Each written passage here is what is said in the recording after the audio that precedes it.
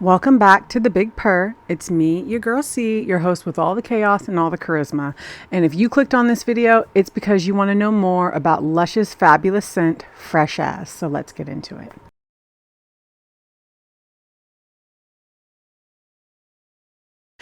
Fresh As actually did not start as a perfume for Lush. It started as a shower gel, and that's kind of how most of their long-term bangers have started. If you know anything about Lush, you know that they make extremely strong shower gels. Typically, when you step into a mall that has a Lush store in it, you can smell it before you can see it. And for some people, it smells like heaven. For some people, it's like an automatic headache inducer. Let me know which one you are in the comments. If you actually are a fan of niche fragrances, I really do feel that Lush is one of the most overlooked, underrated companies out there. Given that their whole company ethos is that they're against animal testing, they want to use the most potent essential oils and natural ingredients possible, their niche fragrances are quite incredible. And Fresh As definitely falls in line with that. This fragrance started as a shower gel. I believe they launched it in 2019. The first time I interacted with it was a few years ago, and it blew me away. It is everything that it is described to be on the website. I'll put that up here. It is fresh. It's piney. It smells like a sexy boreal forest. It's giving Lord of the Rings. It's giving Beastmaster vibes. If you guys are hip to that, it's just so good. So let's get into this fragrance. Because I'm a true Lushie, I literally bought it in every size and variation they had it available in, because the shower gel is no longer available. And I have been stalking that website literally for the better part of 20 years, watching them come and go with their fragrances. I remember when they first launched the original Flying Fox, which is so much better than this crappy rebrand that they've got going. So hopefully they'll bring Fresh As back.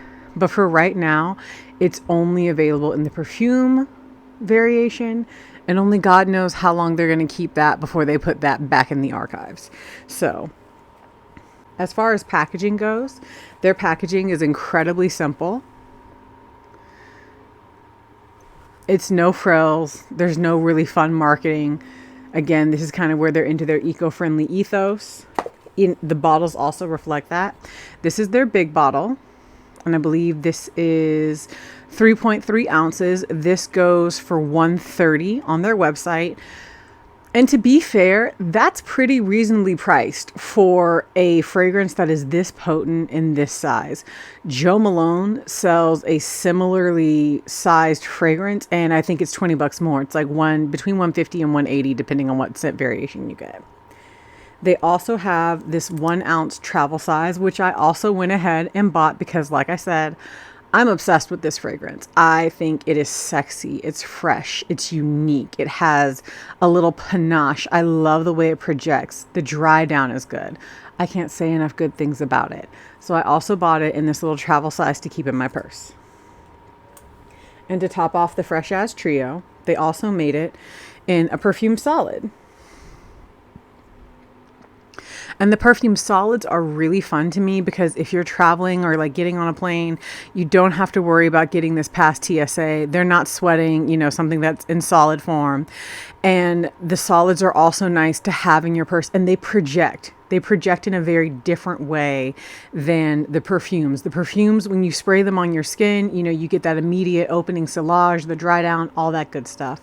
Whereas with the perfume sticks, when you put them on your skin, they kind of warm up and they react with your biochemistry in a different way that I think is equally enjoyable.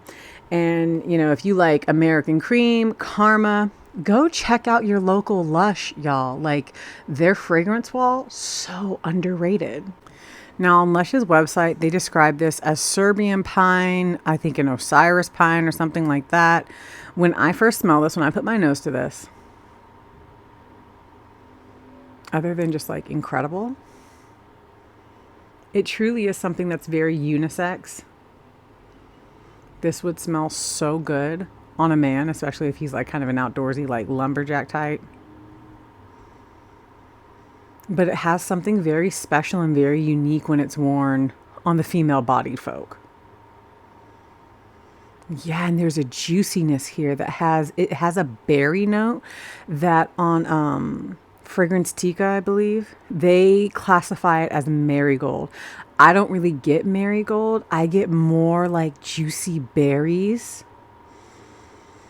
with mint, but it's so nice and it doesn't really remind me of anything else that I've smelled, and I think that that's part of my fascination with it. Is that its olfactory profile is really unique. Yeah, and this is not something that you want to necessarily overspray. I think 2 to 3 sprays will do it. If you overspray this, I definitely, even as much as I love the fragrance, I do think it would give you a headache. It can be quite powerful. And that is one of the very few drawbacks that I will note about Lush fragrances, because they are so niche and like you can't, this is not the type of fragrance you're going to find at Macy's or Nordstrom's or anywhere like Louis Vuitton. You can only get a Lush fragrance from Lush. And I sort of love that. It adds to the mystique of the brand. It adds to the uniqueness and the rarity. We live in an age where, everything is super commodified and popular and, you can just get anything anywhere. But these fragrances are a little bit more old school than that. And to that idea,